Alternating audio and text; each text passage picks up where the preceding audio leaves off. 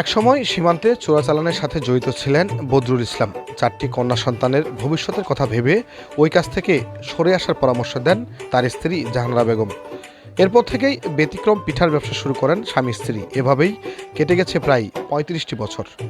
ঠাকুরগাঁওয়ের বালিয়াডাঙ্গি উপজেলার আমদানখোর ইউনিয়ন পরিষদের গেটে পসরা সাজিয়ে ব্যতিক্রম চিতই পিঠার ব্যবসা করেন স্বামী স্ত্রী।